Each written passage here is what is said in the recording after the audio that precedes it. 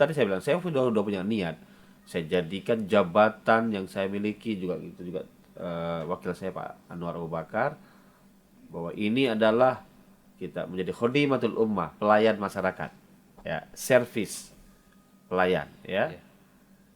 Ya kalau kalah juga dapat pahala ya kemenangan ya alhamdulillah kan gitu. Jadi nggak perlu pusing-pusing kalau misalnya saya ya. Ready footage 3, take 2, take 1, action. Assalamualaikum warahmatullahi wabarakatuh. Selamat datang di GAC Podcast Kabupaten Karimun Provinsi Kepulauan Riau. Hari ini kita kedatangan tamu spesial yang lagi viral di tahun 2020. Oke, sepertinya semuanya udah tahu, sepertinya semuanya sudah kenal. Kita kehadiran putra terbaik asal Kabupaten Karimun Provinsi Kepulauan Riau. Itu tepatnya di Kecamatan Moro ya, Pak? Ya, saya lahir di Kecamatan Moro. Siap. Tapi orang Assalamualaikum. Karimun. Siap. Assalamualaikum Bapak, selamat datang. Terima Waalaikumsalam kasih. warahmatullahi wabarakatuh, Mbak Nikita. Terima kasih atas undangannya hari ini ya, teman-teman. Saya senang hati bisa ketemu dengan teman-teman di sini dan para teman-teman YouTuber ya. Para teman-teman yang mendengarkan acara kita hari ini. Siap. Terima kasih Bapak. Kami merasa sangat spesial sekali, Pak, karena kedatangan seorang figur yang merupakan putra terbaik di Kabupaten Karimun. Mungkin salah satu putra terbaik lebih bagus ya. Ya, Ada yang boleh. lain-lain juga ya. Boleh. Yang mungkin hari ini fokus di kita, di saya Siap. dan di Pak Anwar Rafiq barangkali ya. Oh gitu. Oke Bapak, boleh Pak, izin kita boleh minta Bapak memperkenalkan diri dulu Pak. Boleh? Welcome. Siap. Baik, Oke. para pendengar atau penonton semuanya, saya Iskandar Shah. Saya lahir di Moro, Kabupaten Karimun, Provinsi Kepulauan Riau. Emak atau ibu saya lahir di Moro, bapak saya lahir di Alai atau sekarang Kecamatan Ungar. Sungai Ungar. Ungar ya, Ungar. Kecamatan Ungar di Alai, Kundur ya. SD SMP saya di Moro. TK di mana? TK tak ada dulu situ. Oh, belum ada, Pak. Belum ada TK. Iya. Kemudian alhamdulillah bisa lanjutkan SMA di Kota Tanjung Pinang. Sampai selesai, Tanjung Pak. Pinang ya Ya, Pak. Di SMA berapa Pak? Boleh dijelaskan? SMA 1 Tanjung Pinang. SMA 1 Tanjung Pinang. SMA apa namanya itu? Terbaik tuh dulu. Sampai sekarang, Pak ya? Iya, Tanjung Pinang dulu waktu saya masih tahun 90-an 80-an ya memang termasuk salah satu sekolah favorit Favorit, SMA ya. yang ada di Provinsi Riau gitu ya. Iya, Di iya. Riau iya. dulu ada SMA 1 Tanjung Pekanbaru, Bangkinang, termasuk salah satu adalah SMA 1 Kota Tanjung Pinang. Dan termasuk SMA yang paling lama berdiri tahun 1956 kalau nggak salah. Cuma 6. Di masa dari SD, SMP ke SMA itu infonya Bapak dapat juara terus ya? Ya lumayan lah. Oh, lumayan, Pak. Ya alhamdulillah. Seperti apa waktu- Pak? Boleh diceritakan sedikit. Waktu SD saya pernah juara umum, SMP gitu juga ya. Itu SD kan kita 6 tahun nih Pak. Dari kapan sampai kapan juara umumnya nih? Yang jelas saya juara kelas terus Pak ya. Juara kelas, Luar juara biasa. umum pernah ya. Mungkin dulu orang bilang saya ini kutu buku, suka baca buku. Waktu main bola, walaupun saya suka olahraga, saya nggak pernah lupa untuk baca buku. Gitu kira-kira. Olahraga apa Pak? Olahraga saya suka sepak bola. Sepak bola. Futsal sama. Futsal juga suka ya. Sama ya. Karena dulu waktu SMA saya pernah ikut seleksi Suratin di antara SMA ya. Gitu. Jadi saya suka hobi salah satunya adalah sepak bola.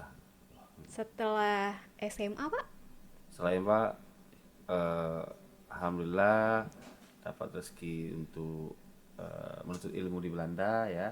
Tapi tetap suka bola juga tapi futsal, lebih pendek Oh, lagi. udah muncul futsal tuh. Ya, saya kalau di Belanda itu sejak tahun 93 94 saya udah main futsal.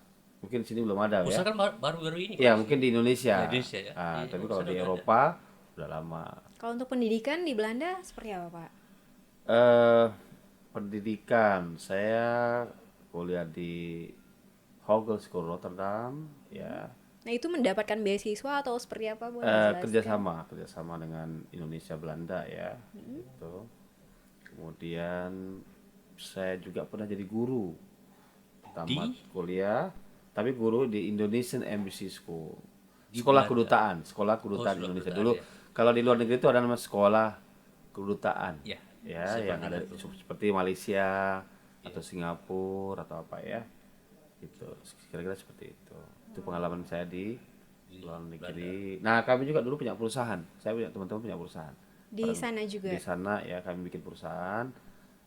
Kemudian kita develop. Dulu kan lagi boom-boomnya software IT ya. Nah, di situ kami. Jadi itu sejarah singkat saya. Gitu. Jauh ya Pak ke Belanda ya, luar Ya, biasa. kemudian tahun 2007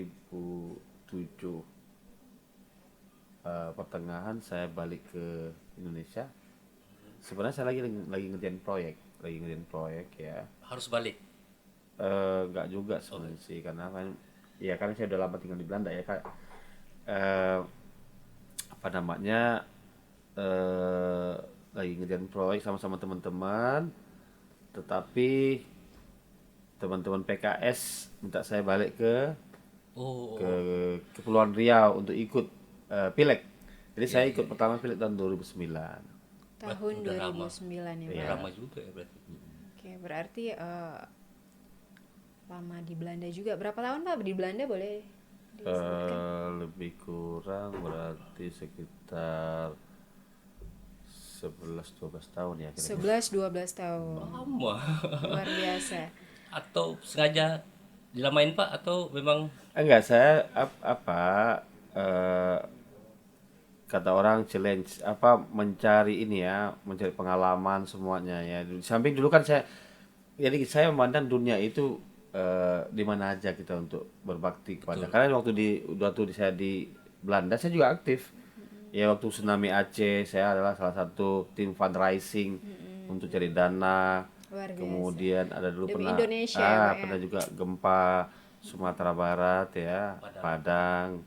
Dulu juga ada di Yogyakarta kan gitu. ya. Jadi banyak aktivitas. Sebenarnya basic saya ini orang sosial ya, maksudnya suka aktivitas yang sosial berkemasyarakatan. Itu mungkin punya basic saya di politik barangkali ya. Ya saya sehingga di politik itu nggak begitu canggung lagi. Karena memang dari awal sudah punya basis di dari pengalaman yang kegiatan di masyarakat. Kegiatan sosial di masyarakat sih mungkin yang paling tepatnya. Luar biasa. Tapi saya yakin itu semua tidak jauh dari doa orang tua ya Pak ya. Iya.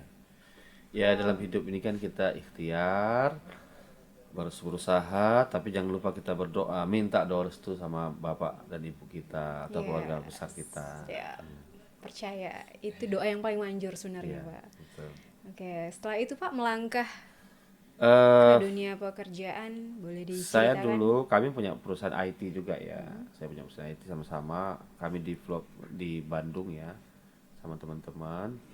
Kemudian ya udah masuk ke dunia politik, daftar, ikut pileg pemilihan legislatif tahun 2009. Ternyata unpredictable. Saya terpilih jadi anggota dewan ya sudah. Wes. Mungkin itu yang Itu karena memang dari hati Pak ya? Atau ya tadi saya bilang saya dipanggil? kalau jadi gini, basis politik itu adalah orang punya kepekaan terhadap sosial. Basis politik itu orang empati terhadap sosial. Ya itu dasar yang paling baik ya. Paling penting. Paling penting karena politik itu kan ya dia akan mengelola katakanlah masyarakat atau mengelola duduk di DPR bikin peraturan atau apa. Intinya kalau nggak berjiwa sosial nggak bisa jadi anggota dewan. Betul. Susah, betul. Saya pikir itu kuncinya karena kita berhadapan dengan manusia. Siap. Ya, manusia mau membantu manusia. Karena politik itu kata kalau nggak salah ya kata Ibnu Taimiyah itu adalah membangun peradaban menjadi lebih baik. Politik Pak, arti Iya, politik. politik itu ya salah satunya lah membangun peradaban menjadi lebih baik gitu. Kira-kira seperti itu. Berapa periode Pak? Boleh dijelaskan sebagai anggota dewan? Ya, saya terpilih 2009 yang pertama ya. Kemudian saya duduk sebagai wakil ketua DPRD Kepulauan Riau. Jadi saya pernah jadi wakil ketua DPRD. Berarti langsung loncat ke provinsi ya Pak ya? Iya. Nggak kabupaten dulu, nggak mampir ke kabupaten dulu ya? Tidak, tidak. Siap, luar Kemudian biasa. 2014 terpilih lagi dan terakhir 2019. Dari provinsi Pak, saya kira dari Dari Tanjung Balai Karimun. Berarti periode pertama langsung jadi wakil Ketua, wakil ketua DPRD Provinsi Kepri Itu tahun 2009 Pak ya? 2009 sampai 2014. Itu masih dari partai yang sama Pak? Sama-sama. Sama. Saya nggak pernah berubah. Sangat setia ya Pak ya? Sangat setia sama PKS. Luar biasa. Saya ada dengar nih Pak. Saya ada dengar kalau Bapak pernah menciptakan sebuah buku. Ya. Nah, boleh diceritakan Pak buku apa itu? Ya. Dan seperti apa buku itu? Baik, buku itu judulnya The Glory of the Past. The Glory of the Past. Artinya Pak, boleh? Artinya membangun kita punya kejayaan masa lalu, ya. Kemudian sebagai dasar kita membangun kejayaan masa depan. The Glory of the Futures. Ya, intinya buku itu adalah bicara tentang bahwa kita pernah berjaya, kemudian bagaimana apa aja kejayaan kita, kemudian bagaimana kita membangun kejayaan masa depan. Seperti itu kira-kira buku itu ya. Kalau boleh saya memberikan resume buku itu, menceritakan bahwa sesungguhnya Kepulauan Riau, Provinsi Kepulauan Riau, kalau dulu masih Riau ya, Iya.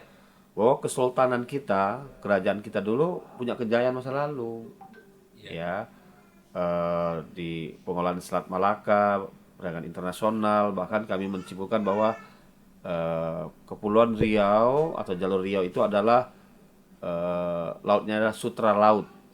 Ya, kalau di China itu adalah sutra darat, lalu lintas sutra kan. Nah, kita langsung sutra laut gitu ya. Kenapa? Memang banyak transaksi perdagangan internasional. Nah, apa buktinya kita punya kejayaan? Salah satunya adalah bahasa Indonesia berasal dari bahasa Melayu.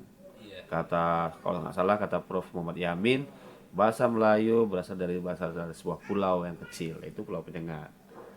Nah, kenapa nggak bahasa Jawa aja sebagai bahasa nasional kita? Karena kan penduduk suku Jawa makin banyak daripada orang kita Melayu ya. Iya, lebih banyak. Saya lihat itu dulu tadi bahwa bahasa Melayu dari dulu sudah dikembangkan menjadi bahasa bisnis, transaksi dan sebagainya. Nah, ini saya menganggap bahwa kita punya kejayaan masa lalu ya, di pemerintahan ya. Nah, kenapa kita nggak bisa bangkit ya? Apalagi Allah Subhanahu Wa Taala Tuhan yang Maha Kuasa menganugerahkan posisi yang sangat strategis Kepri ya. Perdagangan internasional dekat Singapura, Malaysia, Thailand, ya, Laut Cina Selatan, ada migas, ada timah di lautnya, di daratnya ada boksit, granit, ya. Luar biasa kalau tambang. Banyak semuanya sebenarnya cukup ini. Nah, ikan juga maritim, ya, gitu. Nah, saya masih ingat, saya baca informasi kalau kita nanti menjadi provinsi Kepri, APBD kita akan berjumlah lebih kurang 20 triliun. Tapi sekarang kan tidak. Ya, terakhir di 2020 APBD kita 3,95 triliun. Ya, bahkan dengan Covid pandemi sekarang turun. Lebih parah lagi. Lebih parah lagi kan? Iya. Nah, artinya buku itu oke, kalau kita mau maju apa yang harus kita lakukan gitu kan? Ya. Nah, ada tiga kalau kita mau maju. Yang pertama kita harus memiliki sumber daya manusia yang unggul, SDM yang unggul. Ya. Terutama. Yang kedua adalah harus dengan sentuhan teknologi. Bukan kan mungkin kita pakai cangkul mengolah tanah kita semua ini. Harusnya pakai sekolah yang modern, pakai Kobelco lah ya. Nah, yang ketiga kalau kita mau maju Provinsi Kepulauan Riau diregulasi. Kenapa regulasi? Karena kita ini unik. Iya, iya. Ya, kenapa unik? 96% laut, 4% adalah daratan. Maka regulasinya itu harusnya memberikan especially atau apa namanya, kalau kita ada apa namanya, pengecualian atau berikan privilege kepada Kepulauan Riau. Karena ada perbatasan Singapura Malaysia, kemudian ada pedagang tapal batas ya, kemudian pelabuhan bagi orang Kepri kan seperti terminal bus. Iya, di mana-mana pelabuhan. Kenapa harus kita bayar mahal? Iya, iya, iya. Kan gitu. Nah itulah namanya regulasi, harus kita yang berpihak kepada daerah-daerah kepulauan. Itu apa namanya? Nah, dari cerita awali dengan membaca buku, kemudian pendidikan, kemudian teknologi IT, membangun wirausaha, bahkan yang apa namanya, kita harus membuat semacam perencanaan yang kuat ya. Itu salah satu bagaimana kita menata Kepri yang untuk maju ke depan. Jadi saya bicara tentang Kepri waktu itu ya. Itu bukunya itu kapan Bapak terinspirasi buat buku itu? Kapan mulainya dan kapan selesainya? Ya buku itu bertahap memang. Saya kan suka ngisi seminar sebenarnya. Ngisi seminar, ngisi acara diskusi, terutama untuk mahasiswa ya, masyarakat ya. Jadi itu sebenarnya saya cicil dikit lihat literatur ya. Terus sejak kapan itu Pak? Saya sebenarnya sudah suka ngisi acara sejak 2010. 10, 11 kalau salah. Terinspirasi buat bukunya 2010? Saya pikir kalau kita ingin menjadi pemimpin, leader ya, Leadership. salah satu yang harus, ya memang walaupun tidak wajib ya, Anda harus tuangkan apa gagasan-gagasan yang ada di kepala Anda atau apa yang ada di pikiran Anda, biar orang tahu, to be clear, ini pemimpin layak atau tidak. Gitu kan. Ya, betul. Pemimpin itu berbeda ya. Dia ketika diberikan amanah kekuasaan, dialah yang harus mampu mengendalikan dan sebagainya. Itu yang diberikan oleh negara kepada otonomi daerah ya gitu ya, contohnya gitu kan. Makanya saya menulis buku itu agar masyarakat tahu sebenarnya apa dalam pertama kita tahu tentang sejarah, apa kita berjaya semuanya, bagaimana kita membangun masa depan. Yang kedua, mereka harus paham apa sebenarnya saya. Dari buku itu mereka akan tahu bagaimana kualitas saya sebenarnya. Oh, Itu sejak kapan buat bukunya Pak? Kalau buat buku, Cicil ya buku kalau salah buku itu terbit tahun 90 di 2015 2016 kalau nggak salah ya. 2015 2016. Kalau nggak salah ya, saya lupa. Berarti udah terbit itu ya? Sudah. Sudah terbit. Kami kerjasama dengan Dinas Perpustakaan dan Arsip Daerah. Kepri. Kepri. Berarti sebentar, berarti ini merupakan tabungan Bapak dari awal untuk benar-benar untuk melangkah sebagai leader atau seperti apa? Emang udah niat dari dulu gitu ya Pak, ingin menjadi seorang pemimpin atau? Enggak, kalau pemimpin itu dia tidak harus kita implementasikan sebagai kepala daerah ya. ya banyak. Sebagai Banyak politikus DPR pun tidak ada masalah gitu ya. Tetapi apa namanya, kami membuat ini supaya pertama masyarakat mengetahui tentang sejarah bahwa kita punya kejayaan masa lalu ya. Nah, mungkin nanti kita bicara tentang pilkada ya, apa hubungannya. Tetapi paling tidak gini, mungkin ini secara kebetulan aja barangkali ya. Yang mana kebetulan Pak? Jadi Gini. pemimpin ini atau menerbit bukunya? Bukan, maksud saya gini. Saya sebenarnya dalam perjalanan hidup saya sejak tahun 2009 termasuk adalah orang yang membantu memberikan masukan kepada almarhum Pak Sandi tentang perencanaan, tentang ide-ide besar apa semuanya. Apalagi waktu itu saya adalah posisinya adalah pimpinan DPRD. Ya, Bagaimana membangun Kepri menjadi lebih baik. Ya lebih dekat lah sama Gitu ya. Pak ini, Pak. Nah, sebenarnya beliau pernah tawarkan saya 2015 untuk jadi wakil bupati Karimun. Oh, Untuk lobby-lobby saya, tapi saya tolak waktu itu. Pak Nur ini seperti itu juga. Dia pernah tawarkan saya, iya. Skandar, aku ingin kau balik ke Karimun. Ah, Itu sewaktu Bapak di mana? waktu di DPRD Provinsi Kepri. Oh, Ah, siap. jadi sebenarnya kalau saya lihat, ini kan eh, Pak almarhum Pak Sani itu kan pernah jadi Bupati Karimun ya. Bang Nurdin itu ngomong seperti itu waktu dia menjadi Gubernur Kepri. Menggantikan almarhum Pak Sani. Tapi kan saya pikir dua orang ini termasuk tokoh dan putra terbaik Kepri yang lahir di Karimun ya. Ya, Kabupaten Karimun.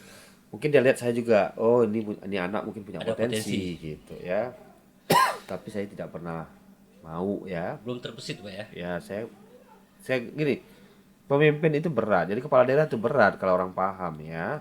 Ya. Godaannya banyak. Iya. Jadi pemimpin itu. Ya, Tahta, harta, wanita. Tambah satu lagi kalau orang bilang artalita. Ada itu. Yang ditangkap sama KPK itu. Oh iya. Gitu kan. Iya. Jadi mentalnya, performance harus kuat ya. Iya. Karena kalau kita nggak baik, nggak jujur, ntar diomongin orang. Betul. Apa tidak aja nih. Atau orang bahasa Karimunnya labuai juga. Iya kan? Iya. Tapi begitu tertarik, gimana ceritanya Pak? Kan belum terbesit dari 2000 berapa? 2005, Iya 2019 19. waktu pemilihan legislatif ada beberapa tokoh ya yang Mengusulkan. ketemu saya yang minta saya untuk balik ke Karimun.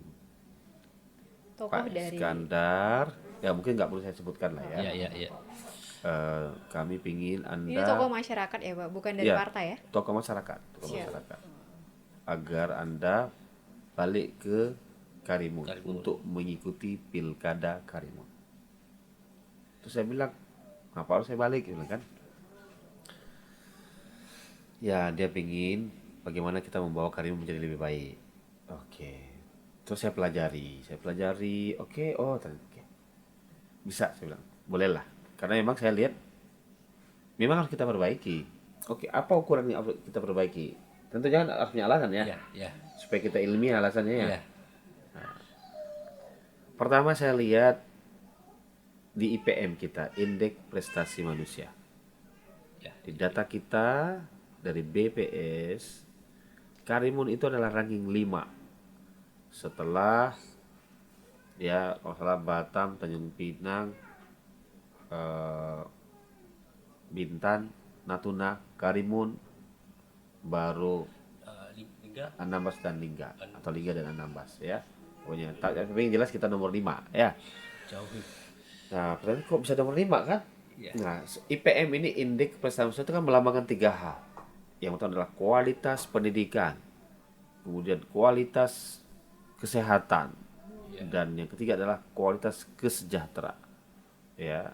Dan ini standar internasional.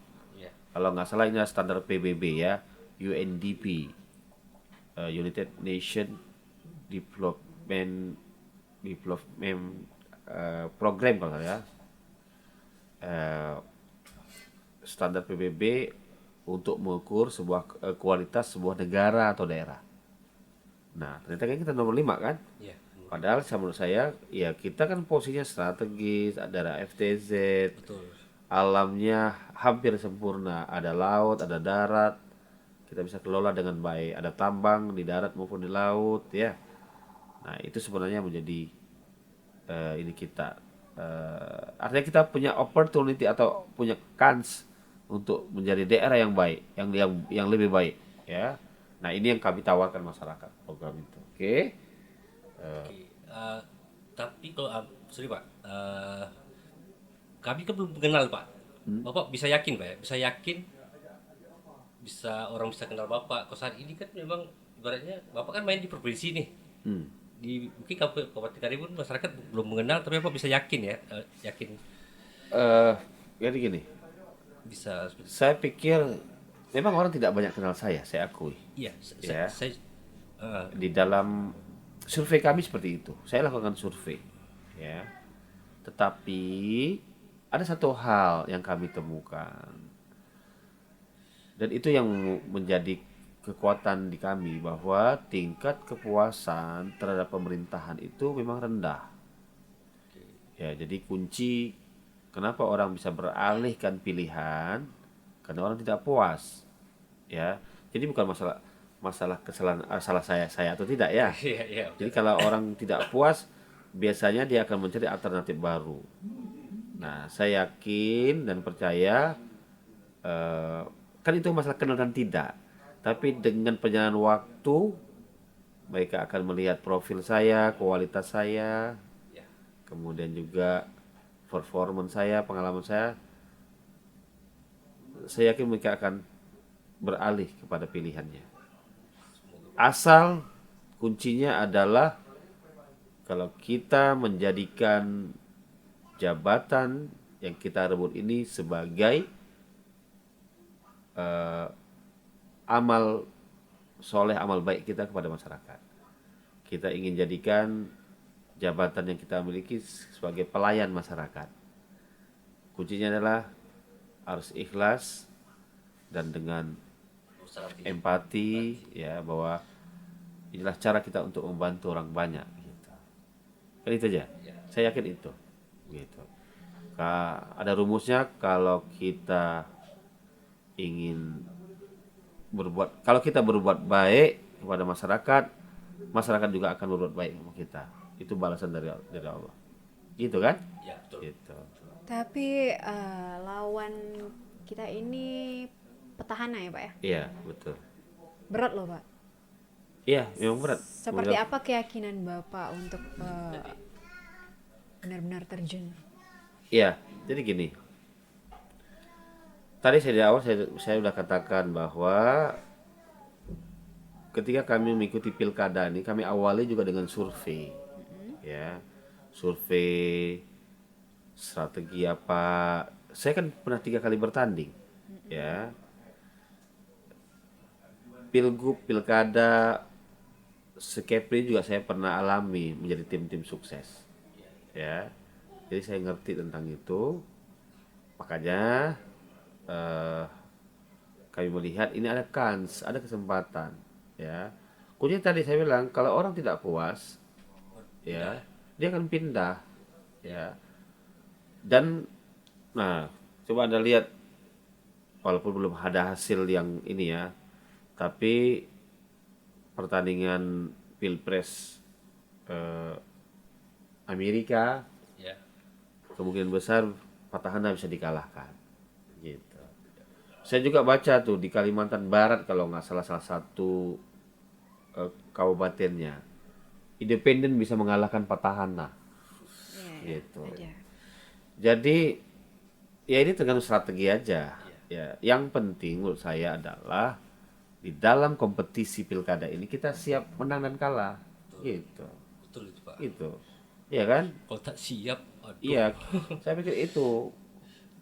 Kalau tadi saya bilang, saya udah punya niat, saya jadikan jabatan yang saya miliki juga gitu juga, wakil saya Pak Anwar Abu Bakar, bahwa ini adalah kita menjadi khodimatul ummah, pelayan masyarakat, ya, service pelayan, ya. Ya kalau kalah juga dapat pahala, ya kemenangan, ya alhamdulillah kan gitu. Jadi nggak perlu pusing-pusing kalau menurut saya, ya. Tetap happy juga kan, gitu. Karena saya nggak cari makan juga di politik, gitu. Kalau kita cari makan di politik atau jabatan politik, pasti berat. Ya tentunya kan saya harus berhenti jadi DPRD kan, Iya, risikonya itu resiko. Saya punya jabatan sampai 2024, masih panjang. masih panjang, masih 4 tahun kurang sedikit, ya. Dalam 1 tahun Bapak udah berani. Ya, jadi artinya ya udah, niat, kalau niatnya bismillah, ya, gitu. Kita Siap. ikhtiar aja. Oke Pak, boleh nggak ceritakan ke kita apa sih jurus Bapak? Jurus Ya, terus apa? untuk Kungfu memikat hati apa? masyarakat. Oh, kirain jurus kungfu tadi. Ya. eh tadi saya mengatakan bahwa saya meyakini kalau niatnya benar, ikhlas, kita melakukan kebaikan kepada masyarakat, Allah akan balas juga dengan kebaikan. Itu rumus saya. Ternyata memang dulu saya pernah banyak bantu orang ternyata. Bantu orang melahirkan, beasiswa, kemudian mungkin sering ongkosin orang. Ya akhirnya mereka mau jadi tim sukses. Oh, Ya, dan ternyata kami punya relawan banyak sekarang. Ya, alhamdulillah. relawan kami luar biasa. Orang pingin membantu kami. Gitu ya. Berapa banyak Pak? Boleh dijelaskan? Boleh ya, mungkin lebih dari 1000-an lah. 1000-an. Ya, yang Itu untuk relawan aja ya Pak, Kabupaten untuk Karimun. relawan se-Kabupaten Karimun. Dan Ya. itu mungkin kalau di persentase lebih besar yang Bapak bilang tadi, orang yang kurang puas dengan sekarang berarti. Iya, di dalam survei kami temukan bahwa tingkat kepuasan terhadap petahana ini ada di bawah 50%. Jadi kalau misalnya orang puas di atas 65%, itu sulit untuk mengalahkan. Itu teorinya seperti ya. Tapi ternyata kalau masih di bawah, ya contohnya kan mungkin kalian bisa update sekarang ya bagaimana eh, Perkembangan. perkembangan kami muncul ya di Karimun. Saya diundang banyak orang kan, saya bilang nggak bisa karena harus ada eh, izin resmi, kemudian apalagi dengan pandemi COVID ya harus hati-hati, ini udah ada aturan. Tapi antusias untuk bertemu dengan kami itu luar biasa ya. Di pulau-pulau juga jadi luar biasa. Ini kami melihat mudah-mudahan bisa bertahan sampai di 9 Desember 2020. 9 Desember 2020. Itu waktu yang ditunggu-tunggu tentunya Pak. Iya, tentunya. Mungkin ada visi misi Pak, kira-kira. Visi misi, ya. Visi kami ingin mewujudkan agar Karimun ini menjadi kabupaten yang maju, sejahtera, dan berbudaya. Terbaik buat Karimun lah Ya, Pak. buat Karimun. Maju, sejahtera dan Ya. berbudaya. Nah, kenapa? Jadi gini, sering orang ngukur pemerintahan itu, harus tebal-tebal bukunya atau apa, ya. Saya pikir nggak harus seperti itu. Sebenarnya di dalam survei kami ada 3 hal yang menjadi keinginan atau masalah yang masyarakat ingin kita pecahkan, ya. Yang pertama adalah kemiskinan. Yang kedua adalah lapangan pekerjaan. Yang ketiga adalah pengendalian harga sembako. Kayaknya masalah di kita itu aja Pak ya. Kemiskinan, masalah Iya, rata-rata. betul. Ya, negara hadir, pemerintah hadir, bahkan negara telah memberikan amanah kepada Karimun sebagai daerah otonom, Iya. ya, yang bertujuan untuk melakukan hal-hal demikian. Jadi kalau misalnya kita punya potensi, punya kelebihan, anugerah dari Allah, dari Tuhan Yang Maha Kuasa, tapi rakyat seperti ini juga kan berarti kan harus kita perbaiki. Ya. Nah, itu sebenarnya. Ya. Ada orang, ibu-ibu bertemu dengan kami yang menaruh harapan dengan kami. Pak Iskandar, kami udah sekolahkan anak kami jauh-jauh, udah kuliah, mungkin juga SMK, SMA, duit udah habis. Saya kejualan keliling, suami berangkat ke Malaysia, udah balik tak ada kerjaan, dia bilang. Iya, itu harapan seorang orang tua terhadap anaknya. Iya. Begitu juga anak, dia pasti punya harapan juga kepada ibu bapaknya. Kasihan ibu bapakku sudah membiayai saya. Kenapa saya nggak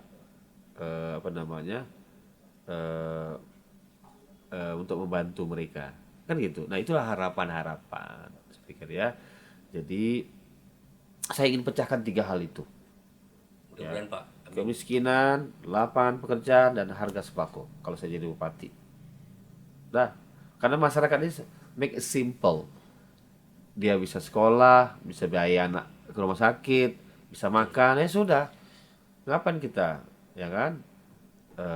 Apa namanya? Dia nggak minta macam-macam sebenarnya. Tak ada ketemu orang, Pak, saya mau jadi bupati, gubernur, presiden, tak ada. Dia bikin sederhana itu aja.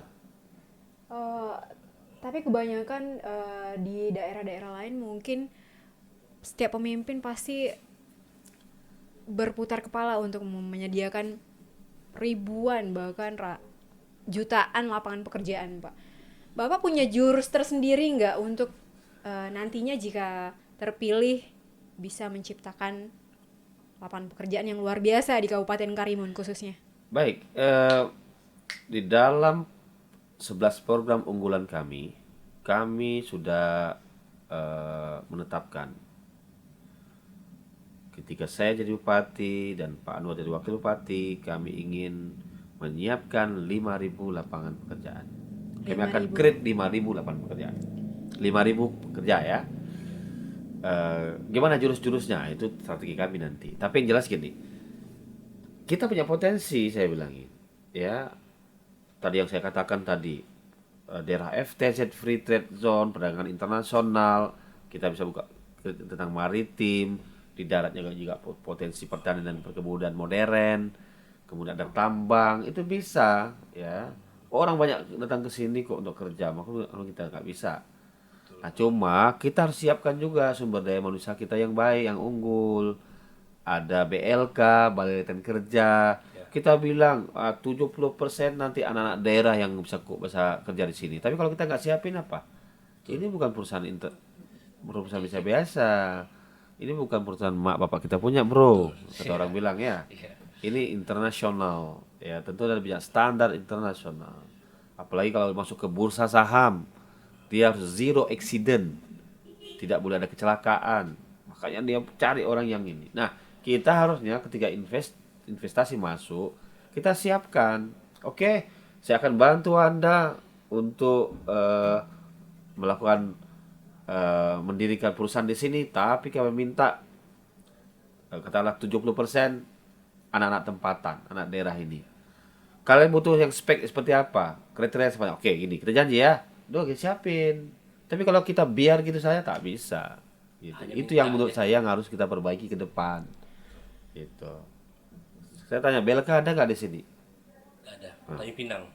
Pinang kan? Pinang. Ya, memang secara aturan itu adalah Provinsi. provinsi atau pusat. Tetapi ini kan warga kita. Kita juga harus ambil bagian. Boleh Pak ya? Boleh sharing atau apa, banyak cara-caranya. Ya. Karena ini kan menyangkut,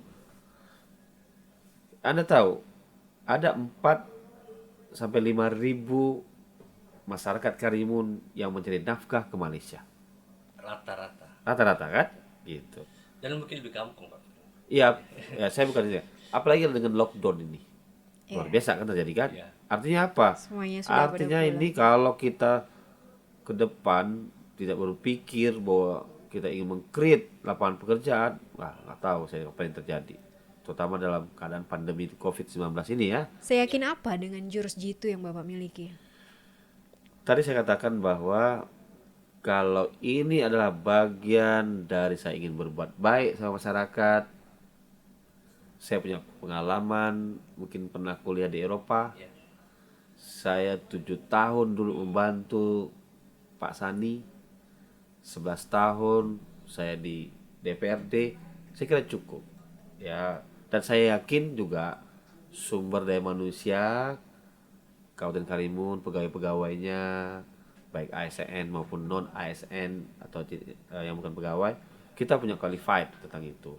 Tetapi kita perlu the strong leadership and smart leadership. Kita butuh pemimpin yang kuat ya, dan juga pemimpin yang cerdas dalam mengelola potensi-potensi yang kita miliki. Saya yakin itu. Ya. Jangan berpikir yang susah-susah sebenarnya. Ya. Oh, Singapura nggak punya apa-apa, tapi bisa dia bangkit gitu. Siap. Singapura ya, Pak ya? Iya. Oke. Berapa banyak jurus yang Bapak persiapkan untuk membangun Kabupaten Karimun? Ya, saya punya 11 jurus. 11 jurus itu sudah 11. menjawab ya baik bagaimana kita menyelesaikan masalah kemiskinan, lapangan pekerjaan dan harga sembako ya. Termasuk kami ingin nih teman-teman ya. kami di dalam itu adalah kami ingin mempromokan pariwisata. Pariwisata. Termasuk seni. Kami mendapatkan seni dengan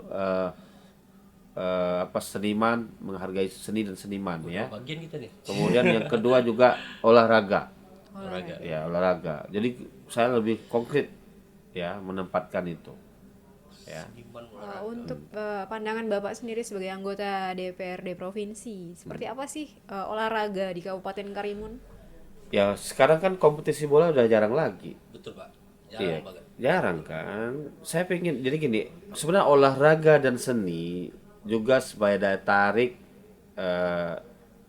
tarik untuk pengembang turis ya. Event juga bisa ya. Kemudian katakanlah acara-acara seni, event dan sebagainya ya bisa sebenarnya kalau kita kemas dengan baik. Kalau perlu kita undang Singapura, Malaysia, Iya. Brunei. Ramai kampung kita nanti sini ya. Bahkan saya berpikir kita perkuat Karimun ini. Kalau perlu ngapain kita ke Batam ya? Iya. Mending kita habisin duitnya juga kita di Karimun. Itu biar berkembang semuanya. Biar ada mall gitu ya. Iya, ke depan seperti itu. Kita kuatkan ekonomi dan bisnis di Karimun ini. Oke, siap. Kebetulan sekarang kita kan sedang berada di dalam masa yang menyedihkan ya Pak ya, di zaman pandemi COVID-19 yang sangat terpukul Iya. untuk kita semua gitu. Apalagi tentang masalah ekonomi itu sangat berdampak pada semuanya gitu. Iya. Nah itu boleh secara singkat Pak, apa yang bisa buat masyarakat yakin Bapak bisa gitu nantinya untuk memanage ini? Iya, baik ya. Gini, kita tahu bahwa pandemi COVID-19 itu bukan hanya melanda di daerah kita. Siap. Bukan hanya melanda di Indonesia, bahkan di seluruh dunia. Nah, apa yang kita lakukan? Sebenarnya kita juga sudah dapat arahan dari Pak Presiden kita ya. Jadi kita fokus dengan 3 hal.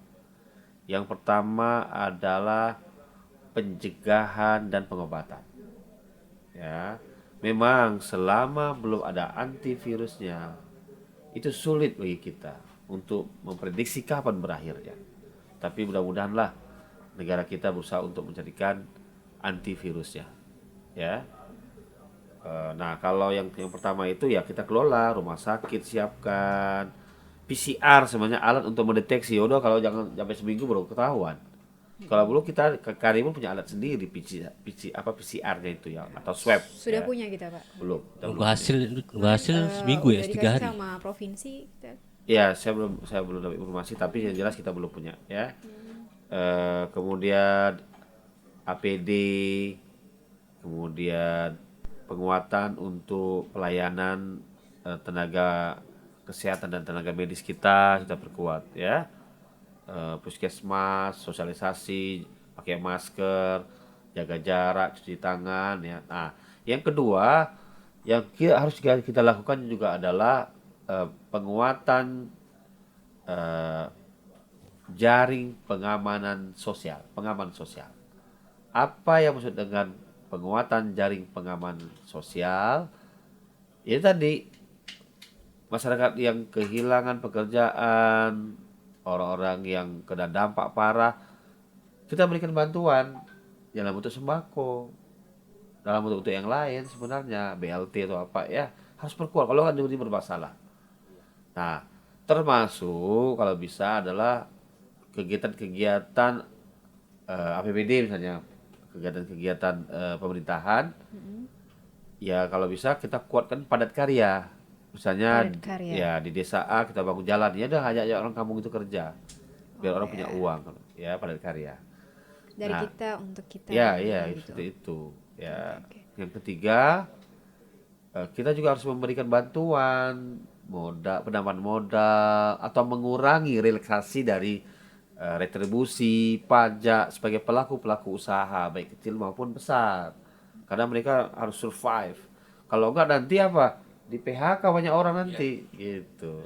Jadi ini yang perlu kami lakukan nanti ke depan selama pandemi Covid masih berlangsung. Memang ini menjadi ekstra perhatian bagi kita semuanya. Siap. Ada sedikit harapan Pak untuk masyarakat agar terhindar, agar ada sedikit pesan atau himbauan, ajakan atau seperti apa Pak? Ya terkait dengan COVID ya, sebagaimana sering saya sampaikan, yang pertama senantiasa pakai masker, Siap. kemudian senantiasa cuci tangan, ya, hand sanitizer. Yang ketiga, kita jaga jarak dan nggak perlu kita keluar berkerumunan tempat-tempat yang memang kita tidak punya kebutuhan penting di sana gitu.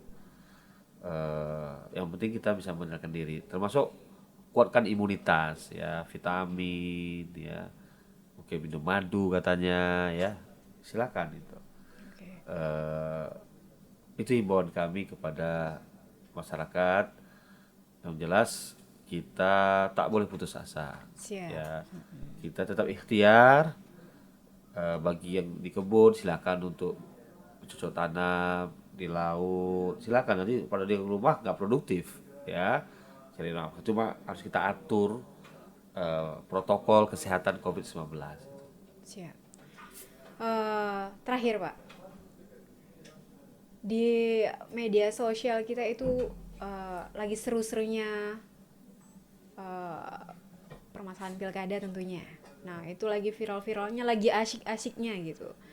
Ada sedikit pesan nggak buat para pendukung atau untuk pendukung lawan atau seperti apa gitu Pak, agar pilkada tahun 2020 yang kita jalani ini bisa berjalan dengan damai, tentram, nyaman, dan sehat.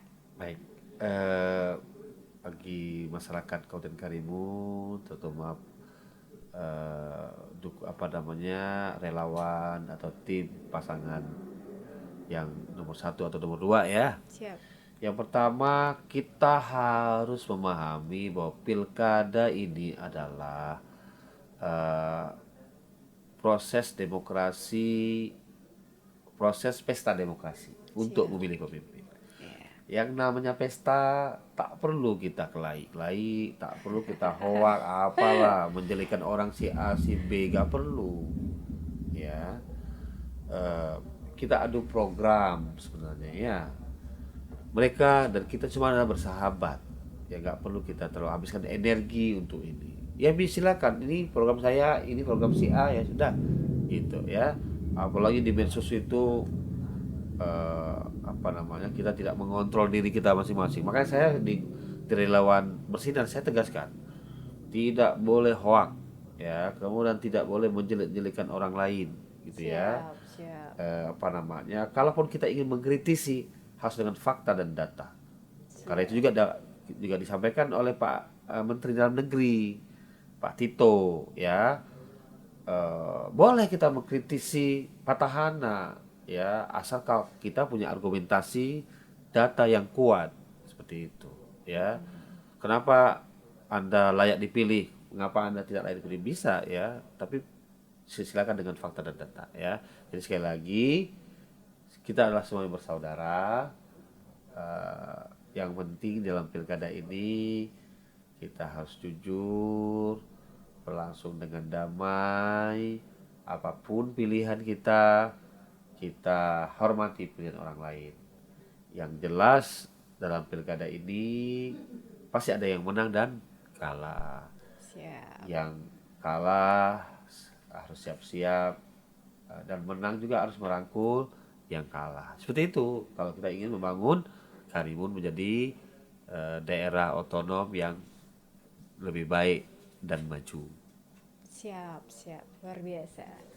Sepertinya itu pesan penting yang perlu kita tekankan kepada para netizen di Kabupaten Karimun tentunya ya Pak ya. Iya. Nah, karena kasihan kan calon-calon kita yang punya prestasi tinggi, yang sudah menabung prestasi dari awal hingga sekini, hingga sedemikian rupa, tapi dicoreng sama status-status yang menjelekkan, status-status yang kurang indah gitu, sehingga membuat masyarakat jadi lupa ini prestasinya yang udah tinggi-tinggi dari masing-masing paslon itu kemana gitu. Jadi Mungkin pesan penting dari kita ya Pak ya, semoga pilkada bisa berjalan dengan aman, tentram, tanpa menghujat, saling membenci, bahkan memutuskan tali silaturahmi sesama kita masyarakat Kabupaten Karimun Provinsi Kepulauan Riau. Oke Pak, terima kasih Pak Haji Ing Iskandarsyah. Terima kasih atas waktunya. Mungkin mudah-mudahan ini bukan pertama dan terakhir kali Bapak di sini. Semoga apa yang Bapak sampaikan bermanfaat untuk kita semua, dan semoga Pilkada tahun 2020 berjalan aman, damai, dan tentram. Dan yang penting sehat ya Pak ya. Sehat yang penting. Terima kasih semuanya. Ayo sama-sama. Selamat malam. Assalamualaikum warahmatullahi wabarakatuh. Salam.